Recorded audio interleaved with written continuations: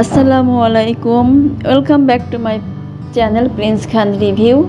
বিরিয়ানির অনেক রেসিপি দেওয়া আছে আমার চ্যানেলে, চাইলে দেখে নিতে পারেন। আজকে একটু ভিন্ন টাইপের বিরিয়ানির রেসিপি নিয়ে এসেছি। আমরা সাধারণত বিফ বিরিয়ানি, চিকেন বিরিয়ানি খেয়ে থাকি। আজকে হচ্ছে চিকেন উইংস বিরিয়ানি রান্না করব। এটা হচ্ছে মুরগির ডানা দিয়ে, যেটাকে আমরা সহজভাবেই বলি। তো এই মুরগির ডানা আমি 1 কেজি পরিমাণ বাজার থেকে কিনে নিয়ে এসেছি। এখন একটু পরিষ্কার করে নিতে হবে। তো মোটামুটি পরিষ্কার করা হয়ে গেছে, এটা খুব বেশি ময়লা ছিল না। তো এখন খুব ভালো করে ধুয়ে নিতে হবে। যে কোনো জিনিসই ভালোভাবে ধুয়ে নিতে হবে। দেখুন একেবারে সাদা হয়ে গেছে, পরিষ্কার। তো আমি এখন কি করব, এই মুরগির ডানা বা উইংসের আমি সাইডে একটু থাকে, এগুলো আমি কেটে নিচ্ছি, কারণ এত বড় বড় করে দেওয়া যাবে না, তাই ছোট ছোট করে কেটে নেব। আমি শুধু ডানার অংশটাই আজকে রান্না করব। আর যেহেতু আমাদের বাসায় মানুষও খুব কম, বেশি রান্না করে বেশি দিন ফ্রিজে রেখে খাওয়া যায় না। তো আমি একটা পাতিল নিয়েছি, আর এখানে হাফ কাপের একটু বেশি তেল দিয়ে দিচ্ছি। আর আছে 4-5টা পেঁয়াজ গোল গোল করে কেটে নিয়েছি। তো এখন আমি এই পেঁয়াজগুলো আমি বেরেস্তার মতো করে একটু ব্রাউন কালার করে ভেজে নিব। আর একটু তেল আমি দিয়ে দিলাম, কারণ একটু তেল কম মনে হচ্ছিল। তেজপাতা দিয়ে দিচ্ছি, আর হচ্ছে কাঠবাদাম কুচি করে কেটে দিয়েছি। এখানে আলু বোখারা, তারপরে কাজু বাদাম, অনেক কিছু দেওয়া যায়। তো এগুলো আমার বাসায় ছিল না, শুধু কাঠবাদামই ছিল, এই কারণে ওটা দিয়ে রান্না করেছি। তো দেখুন একটু ব্রাউন কালার হয়ে গেছে, আমি একটু পানি দিয়ে দিচ্ছি, না হলে আরও একেবারে পুড়ে যাবে, তাহলে বিরিয়ানির যে অরিজিনাল টেস্ট সেটা পাবো না। তো এখানে আমি একটু জিরা আর রসুন বাটা 1 চামচের মতো, আর হাফ চামচের মতো আমি আদা বাটা দিয়ে দিয়েছি। আমি এই এক্সট্রা বাটা মশলাটা আমি দিয়েছি, কারণ আমি একটু পরেই বলবো। আমি হাফ চামচের মতো মরিচ গুঁড়া দিয়েছি, আর হচ্ছে রাঁধুনি রেডিমিক্স মশলা দিয়ে আমি আজকে রান্না করব। সবসময় হচ্ছে বাসায় থাকা মশলা দিয়ে রান্না করা হয়, তো আজকে বেশি বাটাবাটির ঝামেলা ছাড়াই আমি এই রেডিমেড মশলা দিয়ে রান্না করব। আর এই মশলার ভিতরে হচ্ছে সব কিছুই দেওয়া থাকে, সমস্ত প্রকারের মশলা দেওয়া থাকে, এই জন্য বাটা মশলা দেওয়ার প্রয়োজন পড়ে না। কিন্তু এই যে প্যাকেট, এটা হচ্ছে হাফ কেজি পরিমাণ চালের জন্য এই প্যাকেটের মশলাটাই পারফেক্ট আছে। কিন্তু আমি হচ্ছে প্রায় 750 গ্রাম বা 3 পোয়া চাল দিয়েছি, যার কারণে আমি বাটা মশলাটা এক্সট্রা অ্যাড করেছি।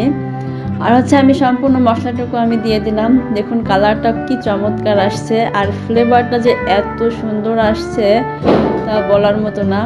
আর বিরিয়ানি আমাদের বাসায় সবাই খুব পছন্দ করে, আর আমার ছেলেও ইদানিং খুব বিরিয়ানির পাগল হয়েছে, শুধু বলে মা বিরিয়ানি রান্না করো, ওর খুব পছন্দ।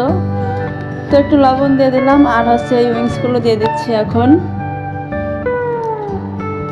রান্নার প্রসেসের কোনো শেষ নাই, যে যেমন পারবে সে সেভাবেই রান্না করবে। তবে এক জিনিস রান্না অনেকভাবেই করা যায়। তো সব কিছু আমি ভালো করে নেড়ে চেড়ে মেখে দিয়ে আমি ঢাকনা দিয়ে ঢেকে দিচ্ছি। আর মাঝে মাঝে নেড়ে দিতে হবে, যেহেতু কোনো পানি অ্যাড করা হয় নাই। তো দেখুন তেল উপরে একেবারে ভেসে উঠছে। তো 2-3 মিনিট পর পর আমি এইভাবে নেড়ে দিয়েছি।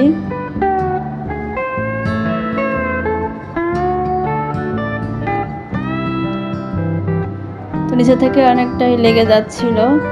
তো আমি এখন প্রায় আরও হাফ কাপের মতো আমি গরম পানি দিয়েছি, আর আমি সব রান্নায় গরম পানি অ্যাড করি। তো 4-5টা কাঁচা মরিচ দিয়ে দিলাম। কাঁচা মরিচটা দিলে ফ্লেভারটা খুব সুন্দর আসে। তো আমি এই পানি দিয়েই আমি মাংসটাকে পুরোপুরি রান্না করে নিব। তো আমি এই দেখুন পানি অনেকটা শুকিয়ে গেছে, আর মাংস অনেকটা সিদ্ধ হয়েছে, কারণ উইংস বেশি সময় লাগে না সিদ্ধ করতে। আর আমি আগে থেকেই চাল ধুয়ে আমি এভাবে স্ট্যান্ডে রেখে দিয়েছিলাম, যাতে পানিটা সম্পূর্ণ ঝরে যায়। আর পানিটা ঝরে গেলে হয় কি, একেবারে ঝরঝরে হয়। আমি প্রায় রেসিপিতে আমার বলা আছে কথাটা, যে আপনারা আগে থেকেই চালটা ধুয়ে এভাবে ঝরিয়ে রাখবেন। দেখুন আমি প্রায় 3-4 মিনিট ধরে এভাবে ভালো করে ভাজতেছি চালটা। চালটা ভালো ভাজা হতে হবে অবশ্যই, না হলে কিন্তু ল্যাটকা ল্যাটকা হয়ে যাবে অনেক ক্ষেত্রে। ঝরঝরে পোলাও বিরিয়ানি খেতে হলে একটু ভাজতে হবে টাইম নিয়ে। তো এখন আমি গরম পানি দিয়ে দিচ্ছি। গরম পানি আমি আজকে পরিমাপ অনুযায়ী দিই, আমি প্রত্যেকটা রান্নায় পরিমাপ বলে দিই। তো যা চাল থাকে তার ডাবল পরিমাণ পানি থাকে, অনেক সময় আবার চাল বুঝে কম বেশি প্রয়োজন হয়। তো হাফ কাপ পরিমাণের মতো আমি দুধ দিয়ে দিয়েছি, লবণ দিয়ে দিচ্ছি পরিমাণ মতো, টেস্ট অনুযায়ী দিতে হবে সব কিছু। তো আজকে আমি আমার নিজের আইডিয়া মতো আমি পানি দিয়েছি, আজকে আমি পানিটা মেপে দেই নাই। তো আমি হাই হিটে রেখে আমি পানিটাকে শুকিয়ে নিয়েছি। শুকিয়ে নিয়ে আমি এখন নিচে একটা তাওয়া দিয়ে দিব। আর তার আগে হচ্ছে আমি 2 চামচ ঘি আর 1 চামচ কেওড়া জল দিয়ে আমি নেড়ে দিচ্ছি, কারণ ঘিটা দিলে ফ্লেভার সুন্দর আসে, আর কেওড়া জল দিলে তো আরও মানে সুন্দর একটা ফ্লেভার আসে। মানে 2-3 বাসা পর্যন্ত যাবে, সেন্টটা খুব দারুণ লাগে। তো আমি এখন পাতিলটা রেখে তাওয়া দিচ্ছি, কারণ তাওয়া দিয়ে হচ্ছে আমি ঢাকনা দিয়ে একেবারে লো হিটে প্রায় 10-12 মিনিট আমি রেখে দিব।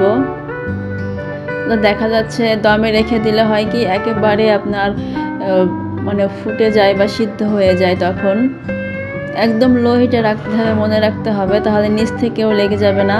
তো দেখুন প্রায় 10-12 মিনিট পর আমি ঢাকনা খুলে নেড়ে দিচ্ছি, একেবারে পারফেক্ট ঝরঝরে বিরিয়ানি হয়ে গেছে।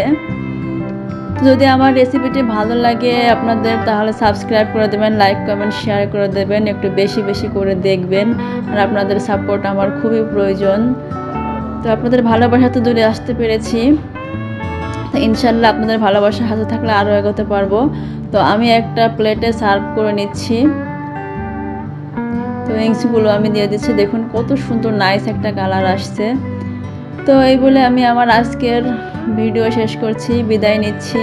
আল্লাহ হাফেজ।